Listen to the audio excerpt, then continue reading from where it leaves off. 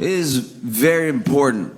It's very important that you take care of yourself, especially now. You know, like people try to make you feel bad for engaging in self-care or just looking out for your own well-being, your sanity. You know, it's important to take care of yourself. Especially, like, I tried to take care of myself off and on, and it rarely goes well. You know, like I was going through a bit of a, I wouldn't call it an episode, but I was just really down. You know, I was real depressed and everything. And my friend suggested, because this is at a time in my life where I was not going to be able to afford therapy. You know, therapy was just going to be whoever was listening right now. And so my friend suggested, he was like, hey, I've been reading a lot about this. If you're around a pet, like maybe you don't have the means to take care of a pet right now, but if you're able to be around a friend's pet or something, it boosts your mood, like releases endorphins and everything. You should try that. Come over to my place. I have a cat. And I was like, well, this is better than nothing, so I'll give it a try. And I went over. I had never met his cat before. But this cat, he always talked about how sweet it was and how it was like a dog and everything.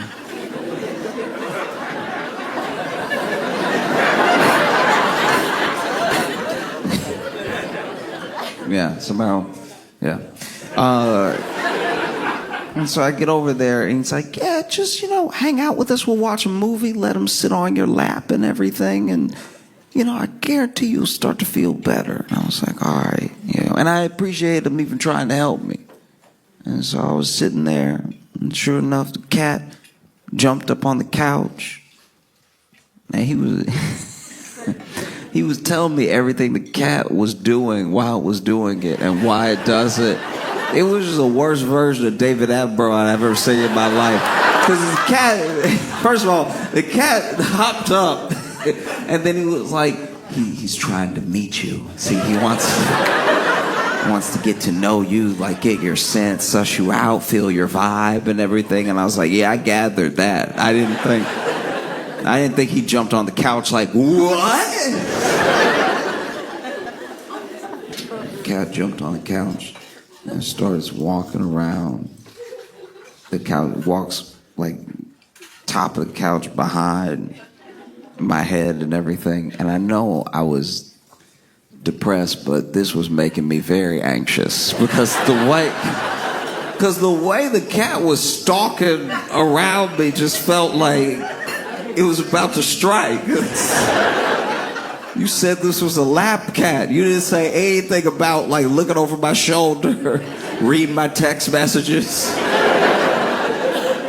Sure enough, the cat hopped down between the two of us, and then he got on my lap, and he did do a little like, start like kneading on my thighs and everything, got in a little circle, and laid right down on my lap. It was very sweet. And we started watching the movie and everything. And then I was asking, because I've been through this before. No, I've been in this situation where people are like, no, my cat's great. You would love my cat. My cat loves when you pet him and everything. And then I come over and I pet the cat. And then 3 pets in. Like, first one, we're fine. Second one, we're good. Third one, I don't know what I did. But you would think that the third time I rubbed the cat, I said something about its mother, because the way that it pops up offended. And then people always blame me. They're like, you're doing it wrong. I'm like, I'm doing it the way I did it the first 2 times. There's no way that cats have a 3-strike rule. There's no way it didn't like it the first 2 times, but leaned into it, but then hated me the 3rd time. And so I was like, hey, how does he like the rubs? Is there something that he like specific to him, or just is anything fine? And he's like, oh, he likes when you start at the top of the head, you know, like scratch behind the ears and then rub all the way down. I was like, okay, sure. That's fine. Easy instructions. I think I can do this. I should be good. And so, sure enough, scratch top of the head, scratch behind the ears, then rub his back. And it was nice. It was like a little rhythm to it and everything. And I guess he liked it enough that he started to purr. But this cat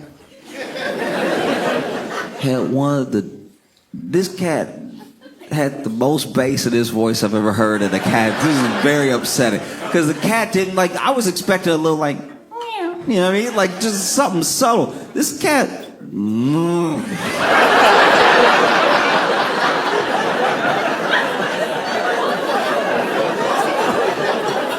like he didn't move, but he almost moved. Like it was so deep. He almost didn't get to the ow at the end. This cat, I'm rubbing it.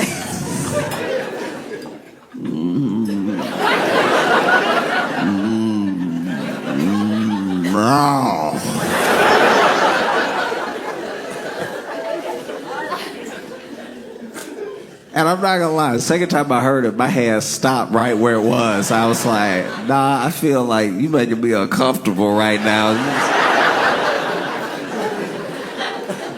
Cause I was over here, okay, so I would scratch the head, and the cat started like really, like almost like standing up a little bit in my lap just to lean into the scratch more, so I was seeing his face, and I didn't like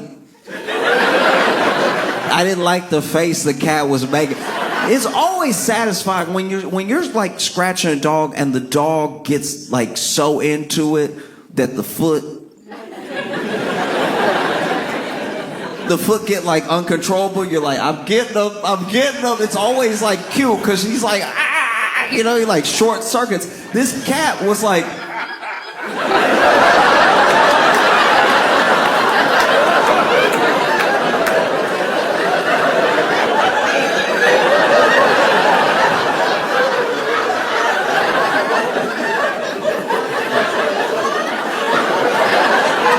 And I could see his face, so I was like, should I keep going? Like, I feel like I'm hurting him. Like, it's like, no, he loves it. He loves it. It's like, maybe he loves it too much. This is upsetting. It's like, dog, I think you got a pet demon. There's no way that this is a cat. And so, it helped, but it didn't help. You know what I mean? Like I came there depressed and I left confused. About myself, about that cat. Because in my head I'm like, what? Why would it make that face? You know, you go through this spell where you're like, what is it? And you also don't know where it comes from, because I'm sure some of it was like where I was in my life in the moment. Some of it was like, you start doing something. Like even in the pursuit of comedy, you start doing something with the hope that one day you can do it well enough that more people can enjoy what you do than just you. You know, that's like the hope for every creative endeavor. It's like, obviously, whether you paint, whether you act, whether you do music, whatever it is, it's like you make this thing because you would like it to exist in the world. And then you hope that other people enjoy it. And along the way, especially when you're starting out, especially when you just don't have that, like, that thing yet where you can close the gaps and put it together to bring something that's real to people, and you're in the pursuit of that, you can lose confidence sometimes that like maybe I'll never put it together the way that I would like to. And maybe that's a little bit of where I was at. But a lot of it was being broke. A lot of it was also being broke. It's like, yes, I want to do my art and do it better, but man, that's a lot of grilled cheese for dinner. That is a ridiculous amount of grilled cheese for dinner. And so I even, you know, thinking about it, self-care. How do I take care of my physical health, my mental health? I was like, I'll meditate. I'll start meditating. That'll be good for me, yeah. I got a lot of thoughts in my head. It always feels like there's a bunch of noise in here. I'll meditate. I'll clear the noise, right? And so I thought to myself, okay, how do you meditate? I went to YouTube. I watched a dude meditate. And I was like, he really just had the camera on him and didn't say anything for 10 minutes. he like low-key took it too literal and he just meditated. Like his thing, the video said how to meditate, and then he was it's just on. I thought it was a picture for a minute, because he was being real still, and he was just. And there was a part of me that was like, did he fall asleep? Like, and so I was like, okay, I'll meditate. So then I bought a book on meditation. I was reading the book about meditation, and then through the book, I was like, okay, these are the things to do, and especially when you have a thought. We're so busy, we're so deeply. We're so deep in it, we don't even realize the way that we've made our mind busy feels normal.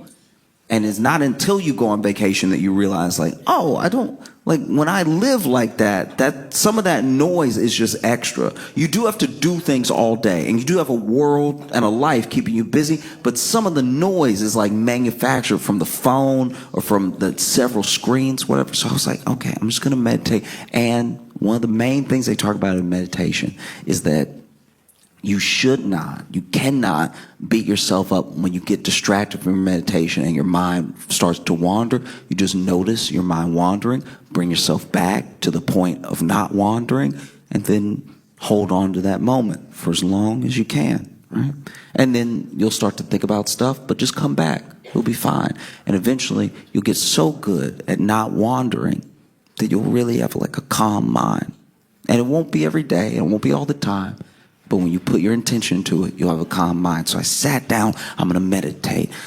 Okay. I tried to like crisscross applesauce my legs, and I was realizing, I was like, my right going to fall asleep. I don't know why I'm not as flexible as I should be. And so I was just sitting, put my feet together and everything. And I was like, okay. Just breathe. Just breathe. Just think about your breath. Hold on to the ideas of your breath. Just think about how you're breathing. That's how you stay present. Every breath is important. Being present is important. Don't think about anything else. Don't think about how we left the gold standard, and so now there's really nothing but fear and anxiety backing up the dollar, and the sort of like weighted debt system that we live in, because it really is the only thing holding us together, is like the expectation that it can't possibly fall apart. Because if it ever fell apart, it would fall apart for everyone. It's basically like our economy, our government is holding a gun to the heads of us and every other nation at the same time. And if we at all stop this thing, if we ever stop this machine from running, maybe we could like release ourselves from the idea of this like economic, like, if we're being honest, like an economic enslavement to the dollar and to the ideas behind the dollar, and we could end up in a better world, a world where like maybe you could actually work with some sort of meritocracy for both your efforts and for your work. And if we got there, if we were able to do that. I wandered and I didn't go on. Okay, all right. And so I went ahead and I stopped meditating. I stopped meditating. Maybe I'll start again one day. But I stopped meditating because it was bad for my mental health. At least the way I was doing it, because I was doing it wrong. It was basically just me crashing out with my eyes closed in a quiet room with a drippy faucet. Yeah. So then I was like, you know what I'll do? Maybe. I tried to take care of myself, mental, inside, everything. But maybe I just need to go get a massage. That's what I need to do. But when you're young and things are cheap, you know what I mean? Like if something's like $8, you're like, oh, that must be a good deal if it's $8.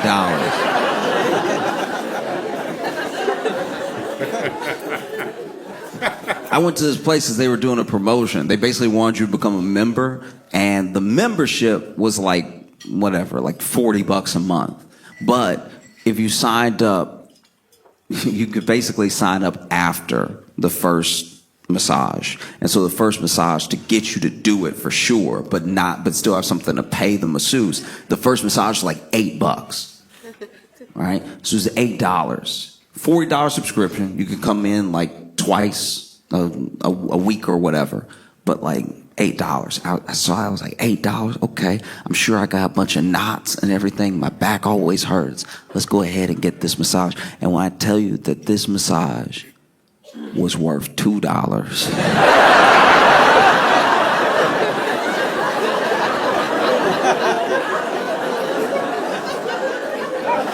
It was worth exactly $0.25, all right?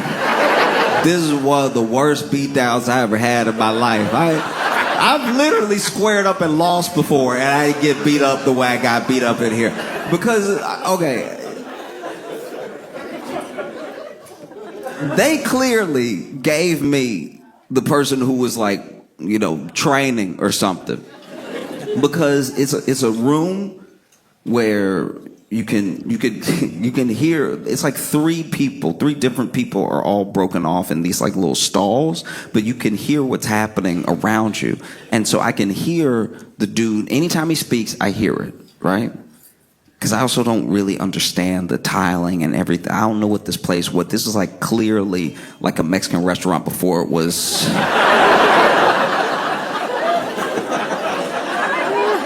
Do you know what I mean? Like, I'm almost positive they kept the tables and I'm on one of those tables. Because the table was not comfortable at all.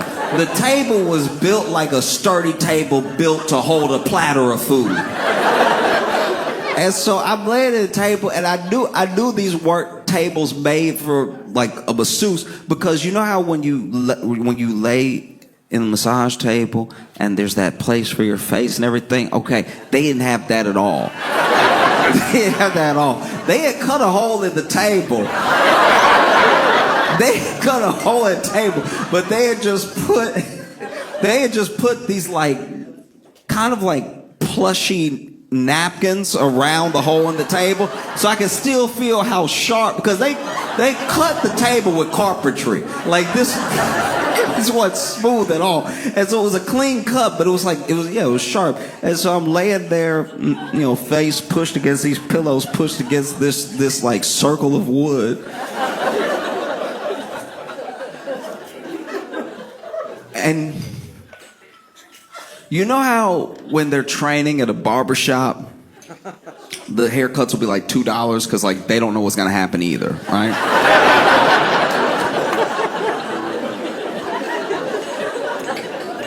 I had my head down so I can only tell y'all what I felt. But once again, you have like my ears aren't covered or anything. And so there's music playing in the background, but I can hear his footsteps.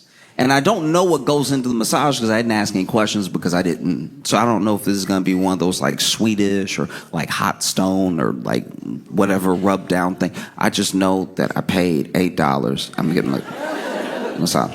And so I'm laying there, and then I'm not even kidding. I'm laying there, and this dude is walking around me for too long.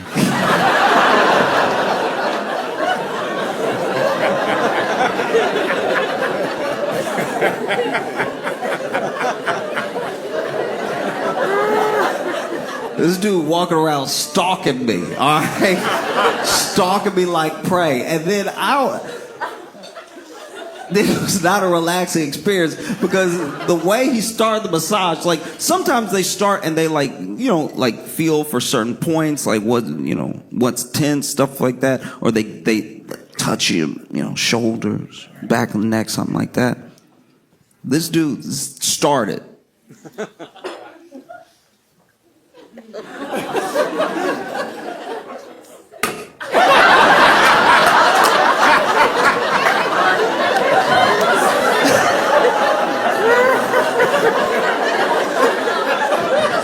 And in my head, I'm like, oh, so it's a fight. Like,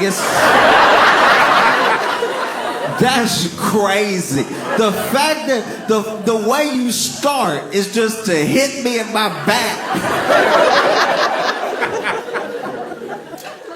Dude stalking around. hit me, kept walking, and I couldn't tell if he was walking because he was just walking in circles or if he had lost something. And so then, he starts in and he's doing like the palm of his hand, working it around and everything. Like really putting it together. The man that gave me for the massage was a big man in every sense of the word. He was wide, he was tall, he was big and strong. He was too big to be on me like this, like full weight and everything, just pushing on me hard and everything. Don't put me through the table. This is terrible. And so then, and he got no rhythm to what he's doing. So then I'm trying to figure out when I can breathe because the way he's pushing me down, it's making my breathing sound bad. So then I'm just laying there, and then every once in a while I'm like, oh, and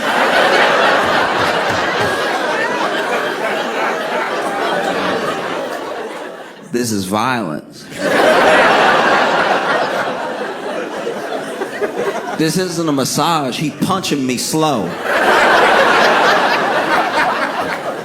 I've said something I should have said with my full chest and then had to start fighting. I've never been through this before. This man over here.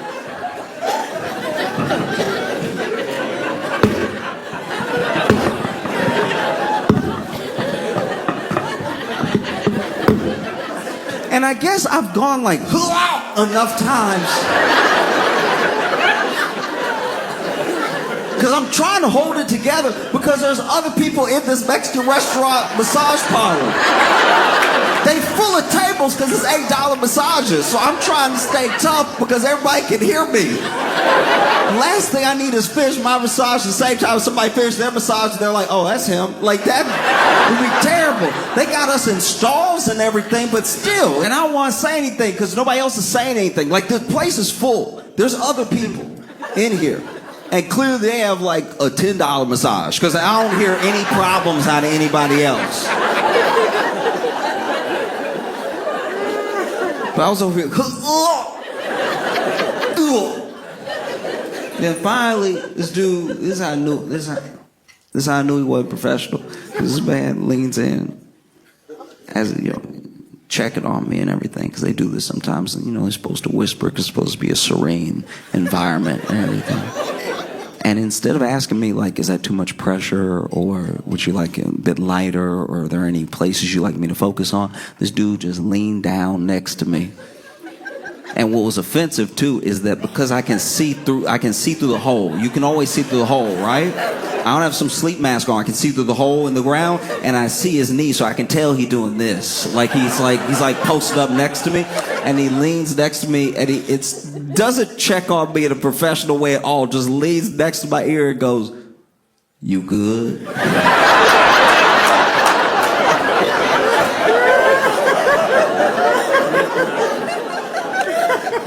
You good? And so I was like, I'm still not trying to back down. He goes, "You good?" I'm like, "Yeah, I'm great."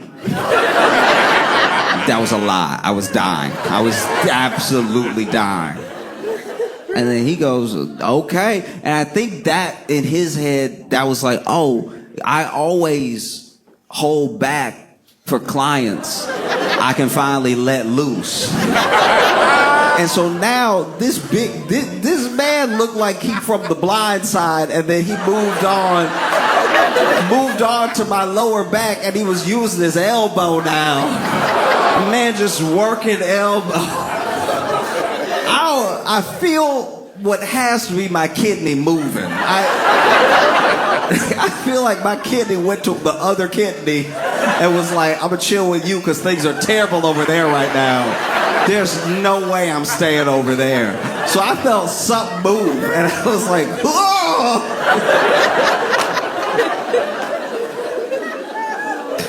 And I get, because this one was so like involuntary. I was like, whoa! And then he, this time he doesn't even lean down. He leans over. He's still above me, and he's like, "You all right?"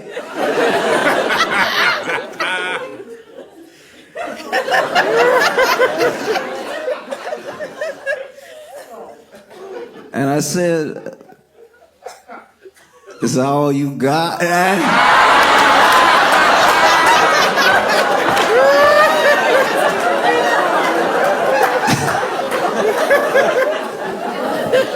And what happened, look, what happened next is completely unacceptable because I don't know.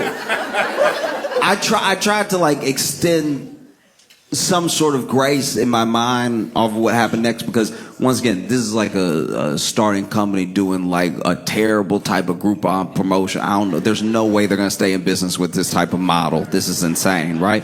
And because once again, they have the oils and stuff like that. I know he was supposed to be using the oil because eventually I'm like, we both can't be dry, sir. Like this man is massaging me with hands that need chapstick. This is crazy. My back getting torn up right now. My back is on fire, old chapped hands. And so then I was like, "Hey, do you have any?"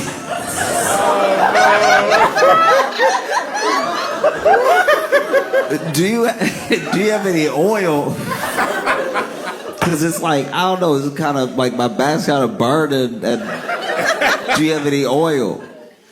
And this dude goes, I was more offended by this than anything. This man goes, I guess. And I was like, no, don't act like I'm doing something to you.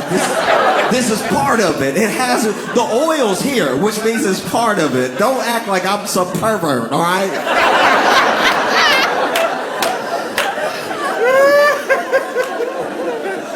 This dude goes to get the oil, and to this day, I don't know if this is intentional or not, but I think it was because I heard a slight pop above me before it happened, right? But this dude, one of two things happens. Either he really didn't like me, so he just decided to do it, or he slipped on the oil. But this dude straight up gave me a people's elbow. Like this. I'm laying there, he goes to get the oil, he comes back, and all I hear is...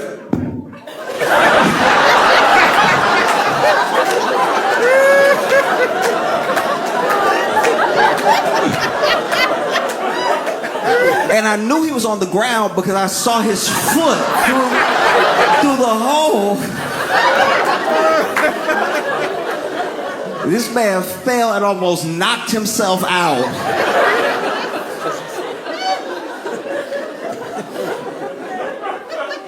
I finally lift my head up out of the table, and I look over my shoulder, and he's getting up, wide-eyed.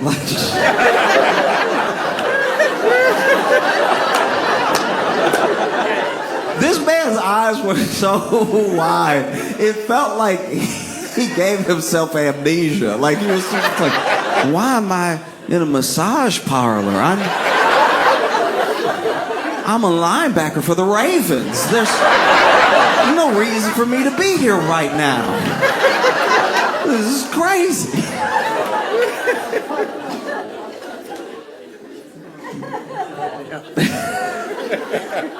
And so then,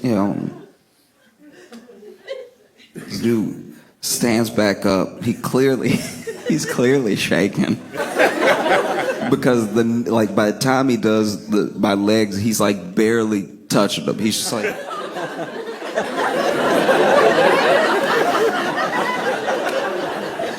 and he did this thing. This is the other thing. I knew this dude wasn't professional because I'm positive he ran out of stuff. He ran out of ideas because you could hear him whispering to somebody else where he's like,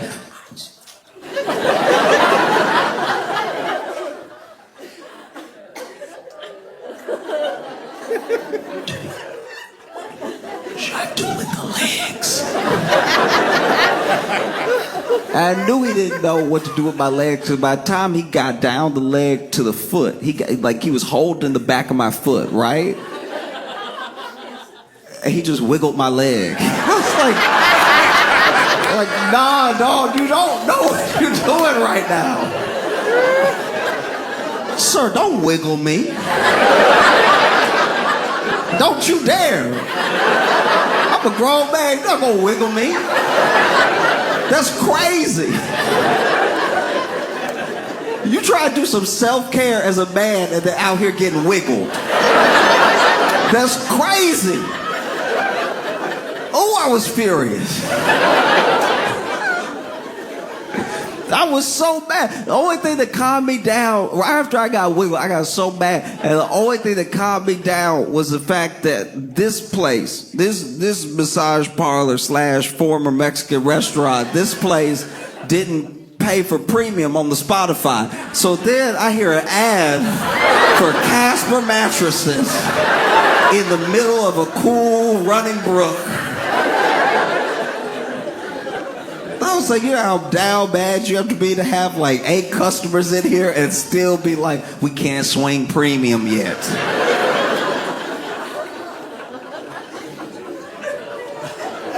It's crazy. There are like 8-hour-long uninterrupted videos of cool running brooks on YouTube, and you still, whatever.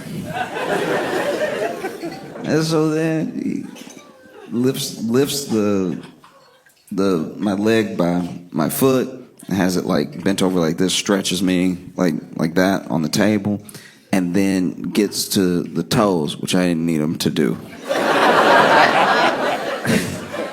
But this must be his specialty because it happens so fast. I didn't even get to say anything. I was about to be like, hey, you can leave the toes alone because I'm also ticklish. And so the last thing I need after the hooves is to be like,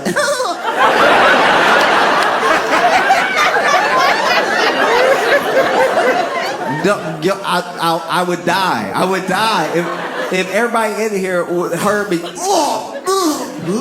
and then hear me.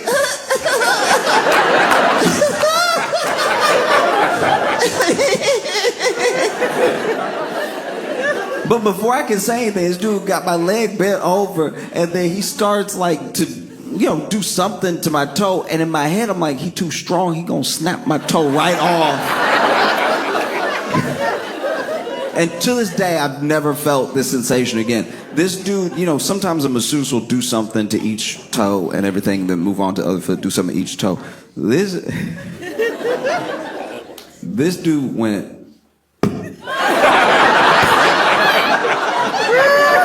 and popped all my toes. It was the only thing in the massage where I was like, oh, that's pretty good. Wow.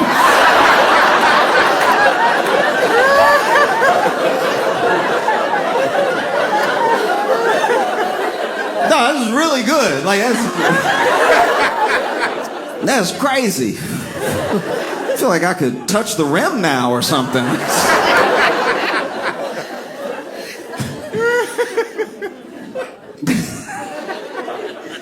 Dude lifted my other foot. All my toes popped again perfectly. I was like, he really does this as a technique. This is... Just this was worth the $8, sometimes you have that thing where you're like, oh, I need a little cramp, stomp it out or something. Dude popped all my toes. And then...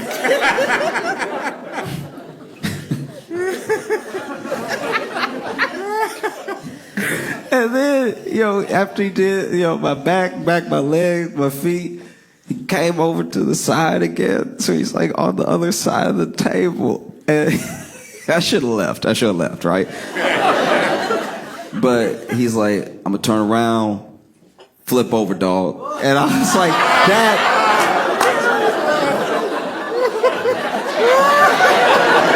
Come on now. You couldn't hit me with a sir, I'm a paying customer. Flip over, dog. No decorum at all. But here's the thing. The back, I thought he had ruined me, right? And then the legs, I was like, he doesn't know what he's doing. But the foot, I was like, that worked. Maybe he knows something else. Like, maybe I'm just picturing. So then I go ahead, I flip over, and then I'm laying there, and then he, is doing my arms and everything. And he's like, massage my arm. And it felt like he was like learning in real time. I was like... was like, this is not that bad, you know? Like, even with the shoulder, he was like doing a little bit of stretching and then like stretching over and then like massaging while he was stretching everything. I was like, maybe he just a front masseuse. Maybe he just shouldn't do backs. Like, this is really good. And had my arm over and was like, you know, doing a bunch of stuff. To the point where I was trying, you know, relax at everything. Even had my head in the table hole. I was really trying to zone out. This is like the massage is ending, you know, it's half back, half front and everything. But he was doing such a good job on the front and he seemed to be so well versed at it. I was like, I wonder if the book, he just read the first half and the first half is front or something. Or he like dropped out of masseuse school, but he was real good at front and they were like, you gotta learn to do backs. And he was like, let me do my thing, right? But, you know, flip over and everything, and he's doing so good on the arms and stuff. And just when I had faith in him, he grabbed my hand and just wiggled my whole arm, and I was like, right before the wiggle though, right before it happened, it was such a stark difference between massages that I was like, maybe this is a different guy. Because I've been having my eyes closed as I flipped over. And so I opened my eyes, which is a huge mistake. Because then for the rest of the massage, neither one of us knew when to break eye contact. Like,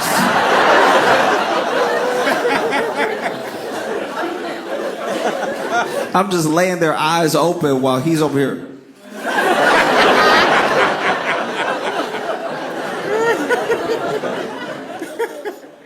And then walks over and he's like massaging, you know, like a little bit behind the ear and everything. But like, I don't know why I did it, but like my eyes followed him. So now we're just looking at each other. And in my head, I'm like, blink, blink, blink. Break eye contact, please. Comes over to the other side, does the other arm. And I could tell that I made him uncomfortable. Because after he wiggled the second arm, he just let go. He was like, that's it.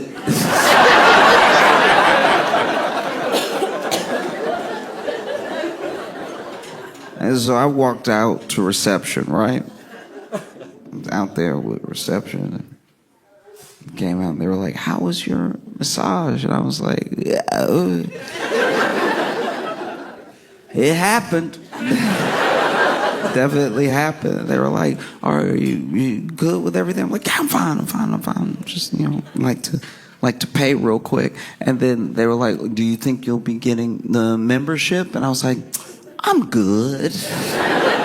I'm all right. And they're like, okay. All right, you know, it's a good offer. And come in twice a week, $40. The add-ons are half price. You sure? I was like, I'm positive. I'm good. And they're like, okay, well, that'll be $8. Would you like to leave a tip? Hey, here's my thing. If I'm being honest, in my heart, I wasn't sure I wanted to tip. But I also knew that with both of us living in Chicago,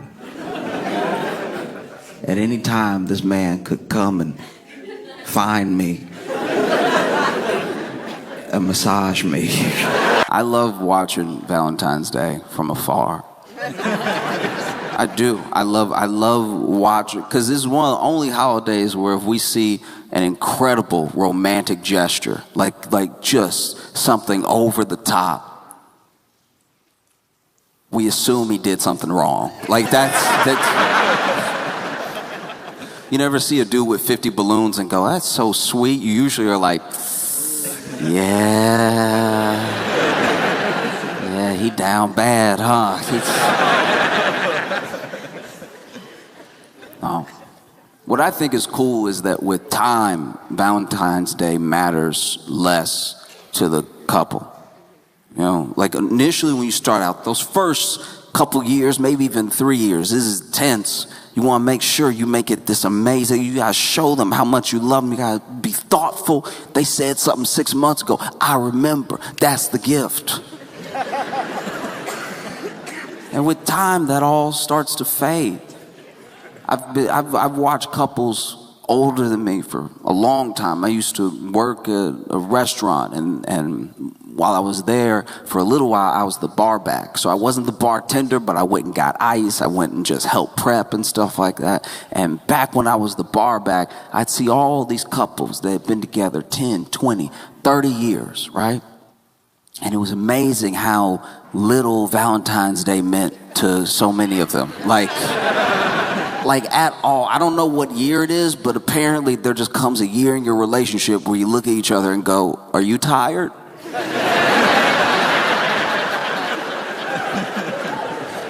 Me too. We could do nothing. We could do nothing.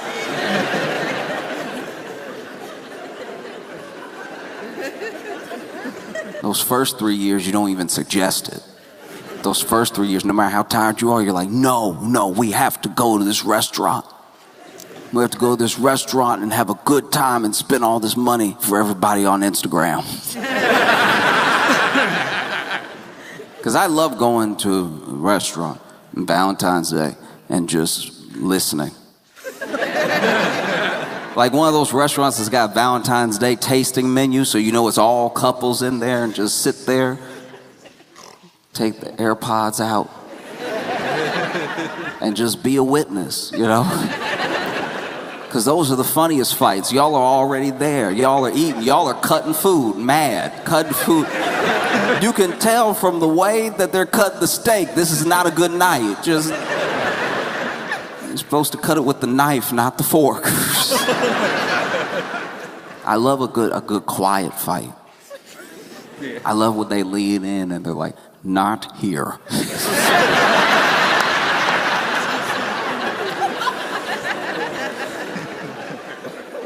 One of the couples that cracked me up the most when I was a bar back was this couple. They had been together like 30 years. And you ever meet people who are a perfect mismatch? Like, I don't know why they were together, because all they ever did was fight, but they loved it. They loved fighting with each other. They found their worst enemy and they married them. Like, it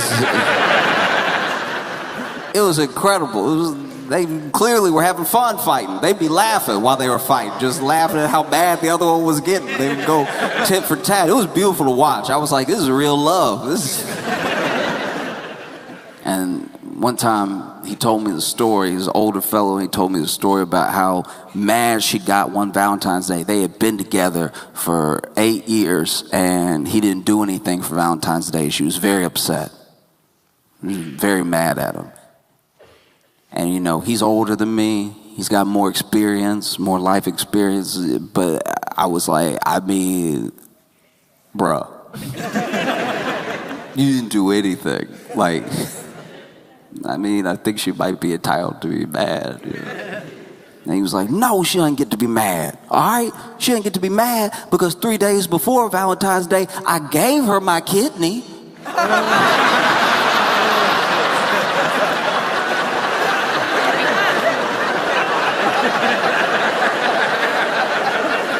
How am I gonna give you my kidney and then you still want something? You want kidney and chocolate? You're not getting it.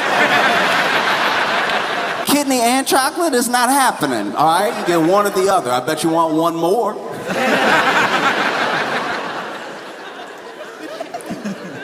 I remember the first time he told me that story, I was floored. I was like, yeah, it does seem unreasonable.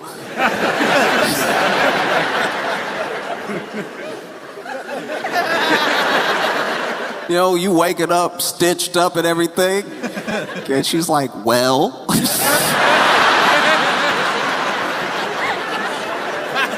No, it does feel crazy. A whole kidney too, man. And you know, y'all in love, y'all are donor match. It's hard to not do it. You kind of have to. You know, I want to be with you forever.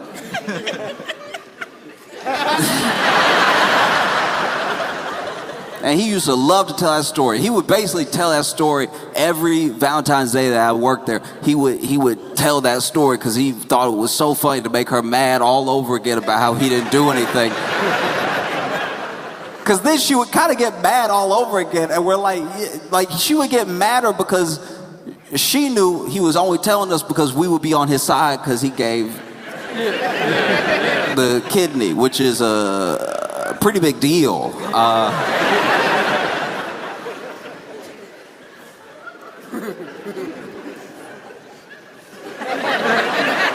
And finally, there was one year I noticed that I didn't see them. Right? And I just thought about them. Like, I didn't have their numbers or anything, and we were just talking, passing and stuff. And the next year came around, and they came in, and I was happy to see them again because I only get to talk to them when they're there, and they're always very entertaining. And he started in again. He started in on a story of how, Valentine's Day gave kidney. And then she was like, well, I don't want to hear about that kidney stuff anymore.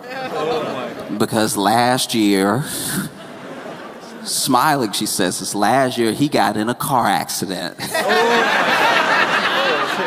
He got in a car accident. And guess who needed blood?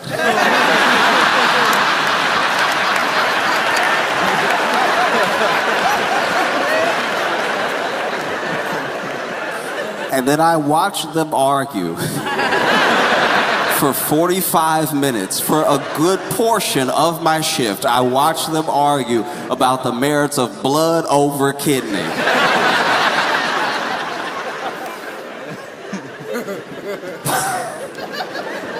It's like, I don't want to hear about that kidney anymore. I gave you so much blood. You full of my blood now. I've been watching the Winter Olympics. And wow, this one's been a mess. I don't even know how many medals we have, to be honest. Like, I haven't been following that at all. I've just been following the catastrophes. Like this dude, okay, there was this athlete, he won bronze. He wins bronze, he walks up to the first camera ready to talk to him. And they're like, how do you feel about your win, right? And he's like, hey, this is something I gotta say.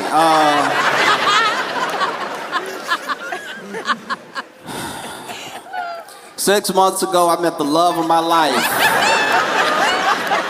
And because I didn't know where it was going, I was sure this dude was about to propose. I was puzzled. I thought this dude was about to propose, which already seemed like a bad idea. I'm like, I don't think she here. Like, if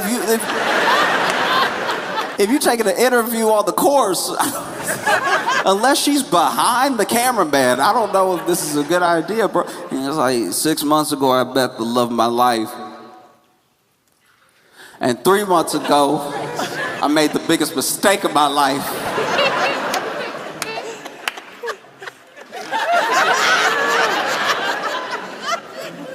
It's like, all right, what does this have to do with athletics?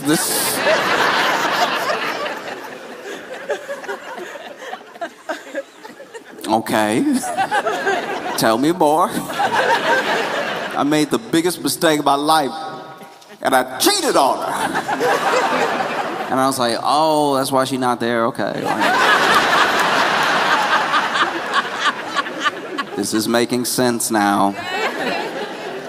And I cheated on her, and I told her last week, and this has been one of the worst weeks of my life. She broke up with me. I've been racked with guilt. And look, I know he wasn't done with the speech yet, but in my head, I was like, oh, I wish I could have talked to him ahead of time, because a couple pointers. The fact that he's like, I told her last week and I've been racked with guilt for a week, I'm like, ooh, okay. that does make it sound like you didn't mind the other 2 months.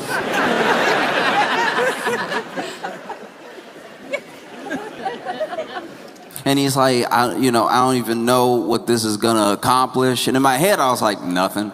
But I was trying not to interrupt him in my head and just listen to the whole thing. He's like, I don't know what this is gonna accomplish, but I just hope. And he started crying, and I was like, oh, okay. Look. Listen. As men, we should cry more. We should be able to cry openly. But when you did something bad and I don't know you and you're telling me you did something bad as a first impression and you start crying, it does not make me feel anything for you. Imagine if you're meeting someone for the first time. You don't know each other at all, haven't exchanged names or anything, and the first thing they say to you when you meet them is,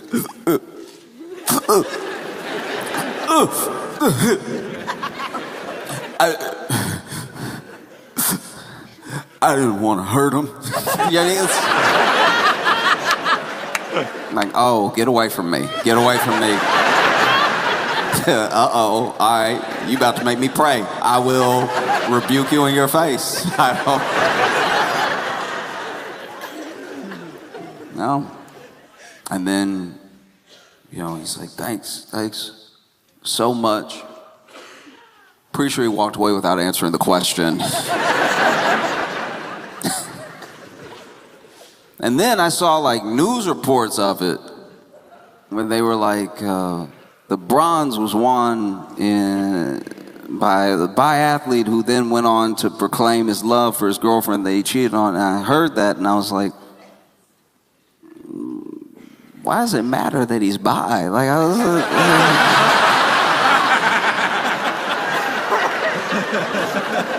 doesn't really seem like part of the story.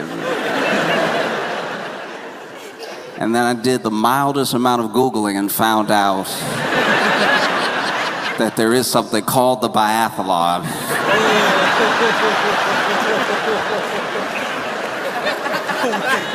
That's my bad. And he gets asked a question about it later at an official press conference, and they were like,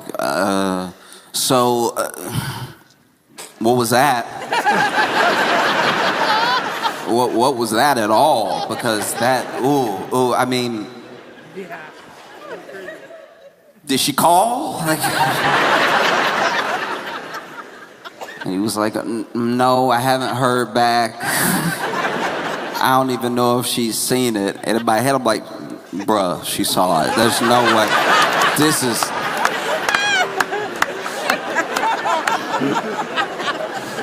I don't know if she saw it. I just, basically embarrassed her on a world stage. So I have no idea if she saw it yet. And then he's like, yeah, I don't know. Maybe I just blew up my whole career. And I was like, maybe?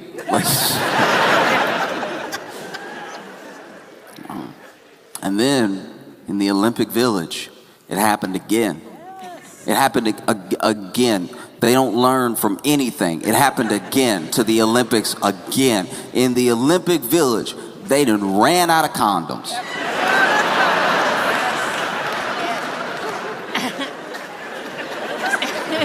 I don't even know who's at fault anymore. I really don't. They had thousands. I don't know who's at fault anymore. If it's the, International Olympic Committee, or if it's the athletes. At a certain point, I think you're eating them. There's no way. Yo, there's no way. What a dumb scandal to have. And then you let the athletes tell it, and they sound so... When they've talked to the reporters, I understand that a lot of what is being said is being translated into English. I get that. I understand. But you have to understand that in any language, some of the word choice is sounding very desperate. It's like people have been quoted like, we don't know what to do.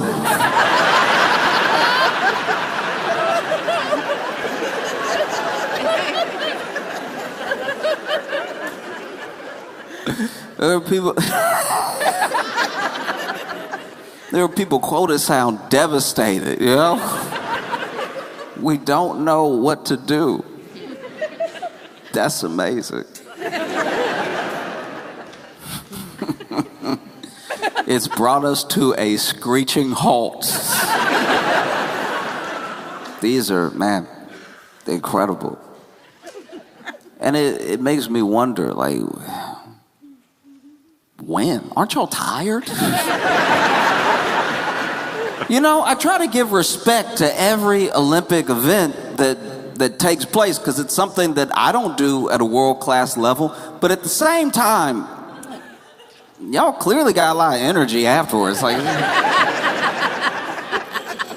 yeah, I mean, I'm starting to think that skiing is just like falling right. Like if you could just fall forward standing up just right, maybe it's not as exhausting as I thought. Because I've been watching the Winter Olympics. I saw that cross-country skiing. Why? That cross-country skiing looks like one of the hardest things. That looks like what they should make you do if you go to jail. Like that cross-country skiing just seems crazy. It seems like it'd be faster to run. Like, why? I'd be so mad if somebody took me cross-country skiing. I'd be furious if somebody took me cross-country skiing. I've already never been skiing, right? But if somebody took me cross-country skiing, especially before I knew what it meant, because I found out this year, because I'm assuming every skiing competition is just like a varied amount of like, whoa.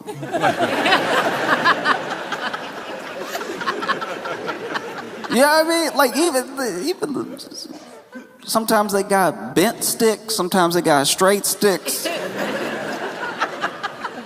Y'all know what I'm talking about. Sometimes no.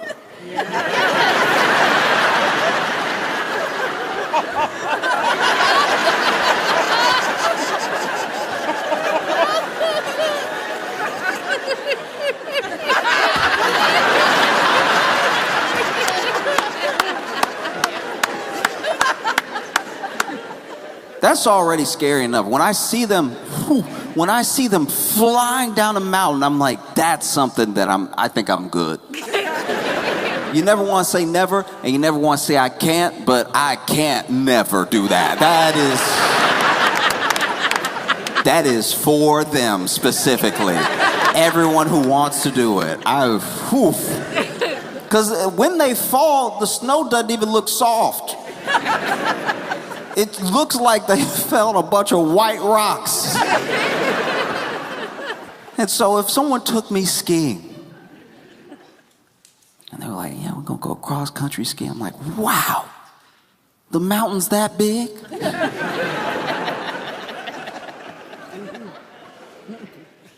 And then, thank you.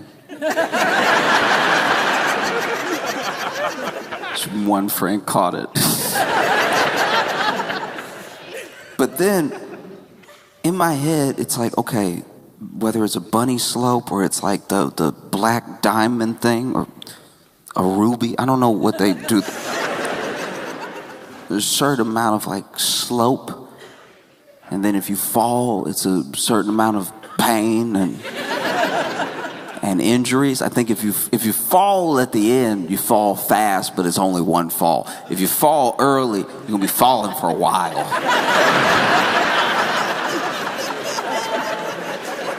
I've watched people, cause look, I've done shows out in like ski resort areas before. So in the distance, I've seen people fall, and wow, the beautiful dust clouds people make as they fall down. The skiing, the only thing that when you fall, you look like Tom and Jerry. You look like,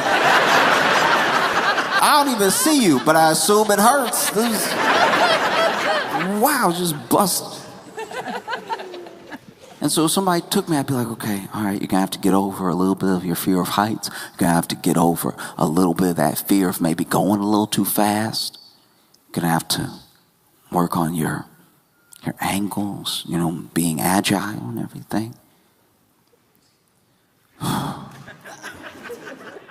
And then I show up and I'm like, all right, I'm ready.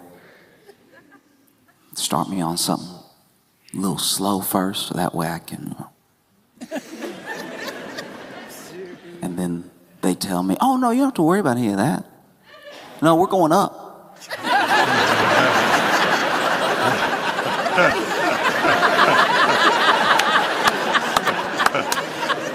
Do you know how offended I would be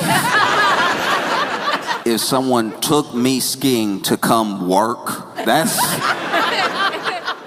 Because then you watch this guy, the dude who, one of the winners I was watching, and he was doing 6-minute miles. 6 minutes it took him to clear a mile with skis on that he didn't need. Skis that shouldn't be on his feet, 6 minutes. You might as well have just made him hold a cinder block and run as far as he could, as fast as he can.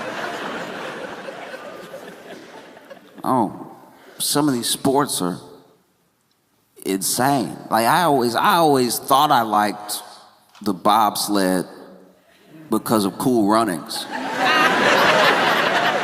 Every Winter Olympics, I tell myself I'm a watch the bobsledding and I'm a root for everybody black.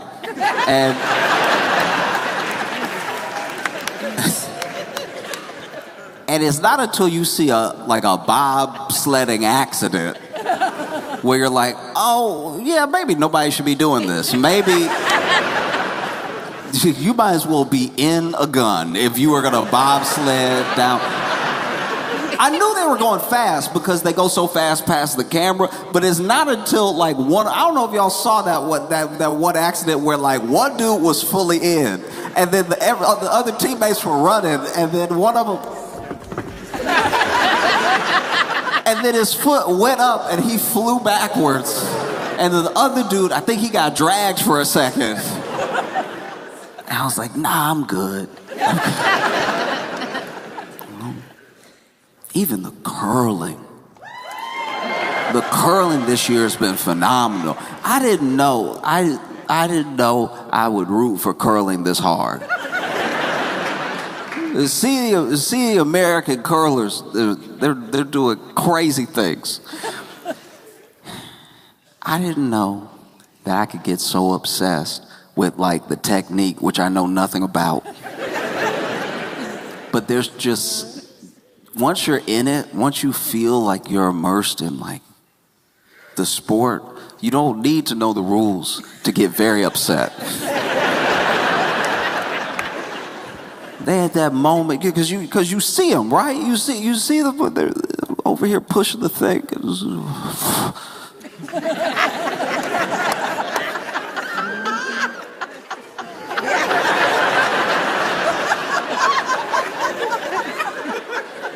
Then they start yelling instructions. They're like, curl, curl, curl. And look, I still don't know what that means. But I'm assuming he means like, sweep, sweep, clean it up, clean it up. Could never let me on the team. I'd be yelling all types of just ignorant stuff. Like, it's dusty, it's dusty. Polish, polish.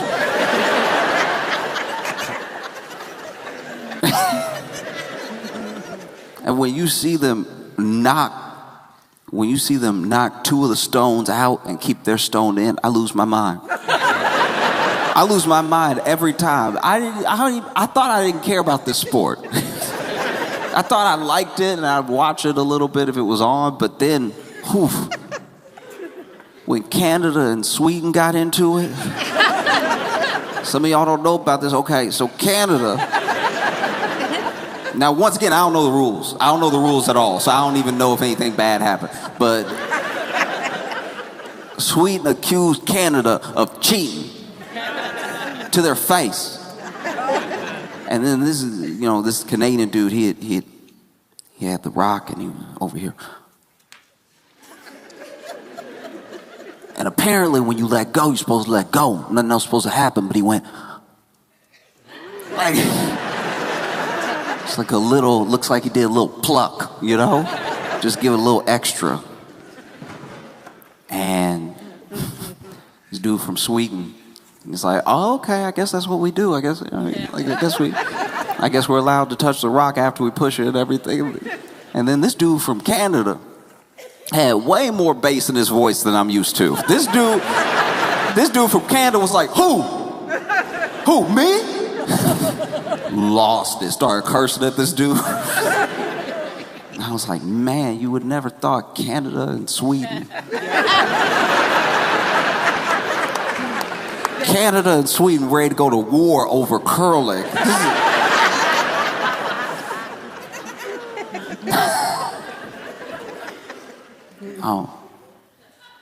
I think it's phenomenal. I've been watching it. I like to guess if it's a good throw or not. Because some of them let go. And as soon as they let go, I'm like, no, you done ruined it. Ooh.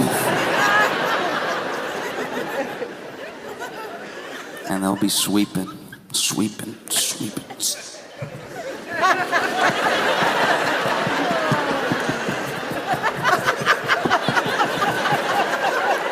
How do their arms not get tired?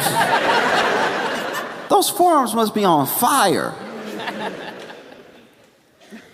I had a friend who started curling just for fun with his friends, and I was like, man, I know he must be trash at it. I knew he had to be bad. I didn't even see him play, but I knew he was terrible because his apartment was so dirty. I was like, you're not even getting the practice in that you should be. This is the easiest practice. There's some right there. There's some dust right there. You're not in love with the game. That's your problem. In the ski jump, I'll be honest with you, I didn't know how ski jumping even worked. Anytime I watch skiing, I'm in awe. I'm like, all right, that's far to fall. But the ski jump specifically, because that one, you're going down the hill as fast as possible, and then you shoot off. You shoot off. You just explode forward into the air. It's the one, if you don't know what the ski jump, it's the one where they're like on it, but then they do this.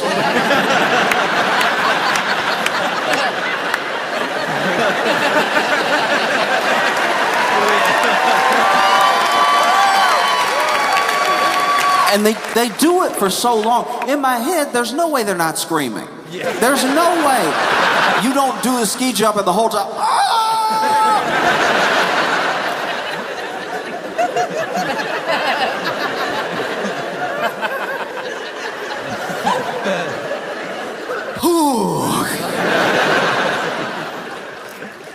And this team from Norway was disqualified. Like, even the equipment people were disqualified because they tried to cheat. Basically, what they did was they added a couple extra stitches to the crotch. I didn't think that was a big deal. But that's because I don't really know physics. Apparently, the ski jump is all about lift and drag and all this other stuff that I probably should have paid attention to my sophomore year in high school. But basically, by adding a couple extra stitches and a little extra room in the crotch, when they expand, they become an even better flying squirrel, Because the crotch is sort of center of mass. It wouldn't help to put extra fabric on like the shoulders. The crotch is really where it's at. And so as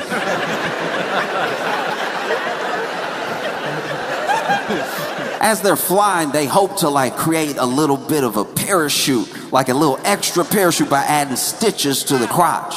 because they said that even adding like a couple of centimeters could translate with all that speed and with all that extra lift and with that much of a difference in drag, a couple of centimeters could end up being like 10 feet.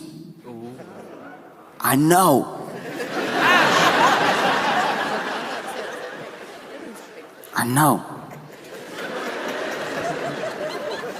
I was blown away. In my head, I was like, why don't they just like eat more then cut weight right before the event, you know, lose a couple pounds of water weight, and then you got a whole bag.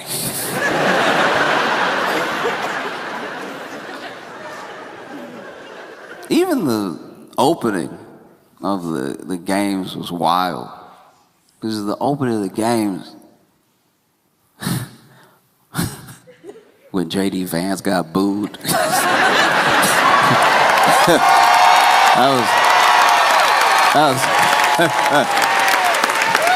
Man, that was hilarious. Because here's the thing. I can tell you as someone who's been on stage that initially, when you're getting booed, it's very hard to distinguish boo from woo.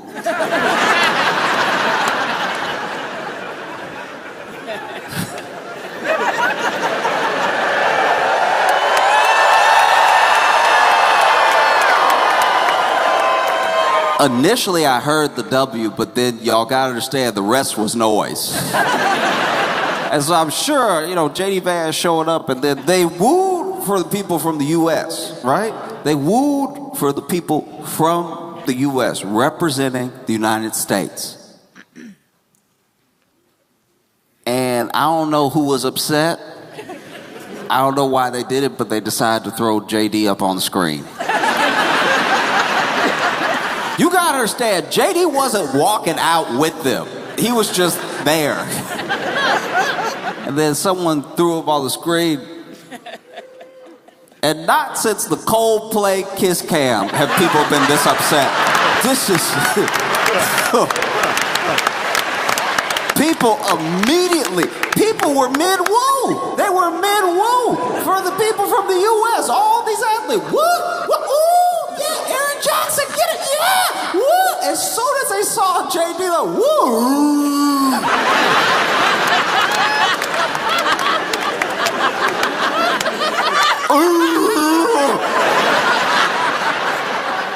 Because you gotta understand, there's also no elegant boo.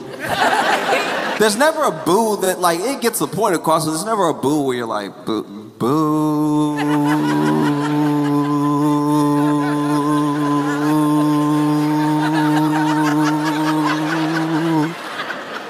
No, every boo I've ever heard of, every boo I've ever heard just sounds a little exhausted at the end. Because woo, you now want to stop so that you can enjoy the thing you were wooing.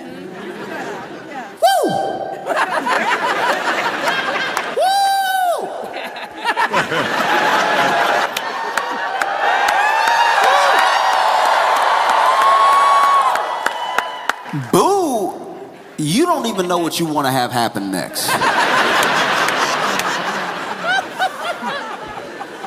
Because once again, JD did not walk out with them. Somebody threw him on the screen. And he was looking up at the screen. And people... I love the way a boo is. Because boo usually is, you just run out of breath. Woo is with love. Boo is with so much, hey, you didn't account for how much air you needed in your lungs to start the boo. So when you woo, that's why some of them are short and they still get the point across. You know, like, woo, yeah. Wow. Wow. Boo. Boo.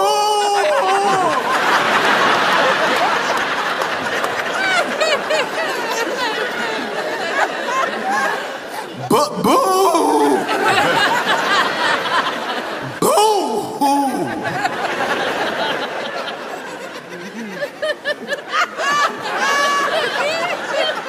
And then they interviewed JD afterwards about being booed, which I was like, come on now.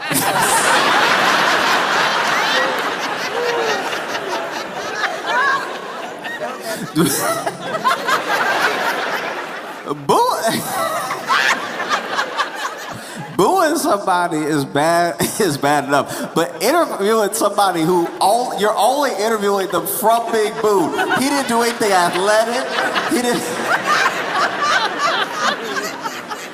They're just interviewing him because he got booed, which I didn't know was worthy of an interview. I feel like everybody said everything they needed to say.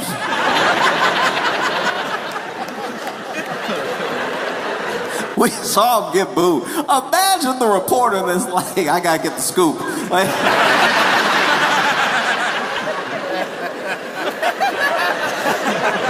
this dude got booed. We know what happened. There's no more investigating you need to. They ask him like how it felt to be booed or what his reaction was or anything. It's like, man. That would be like if the school newspaper was like, why are you going to the dance by yourself?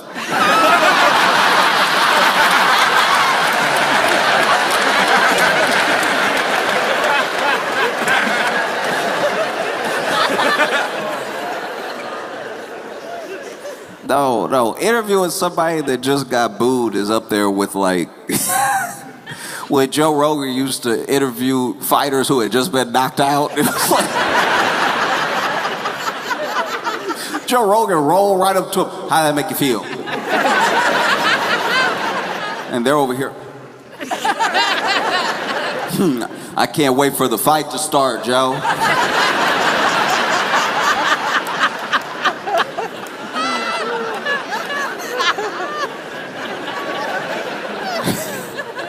Let me at him.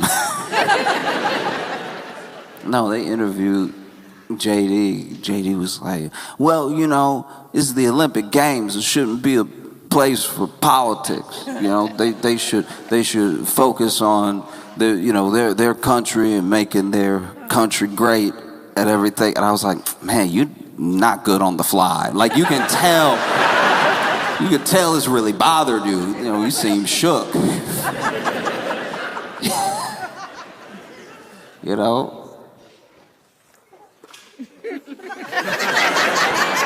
No, it's just funny because it's like, it's the Olympics. It shouldn't be a place for politics. I'm like, it sounds like it's not a place for you. Like, politics aside, the world is there. Look, I haven't always done well on stage. I've had some bad reactions before. I've never been booed by the world. That's crazy. I've never gathered people together from all parts of the world and heard a resounding boo!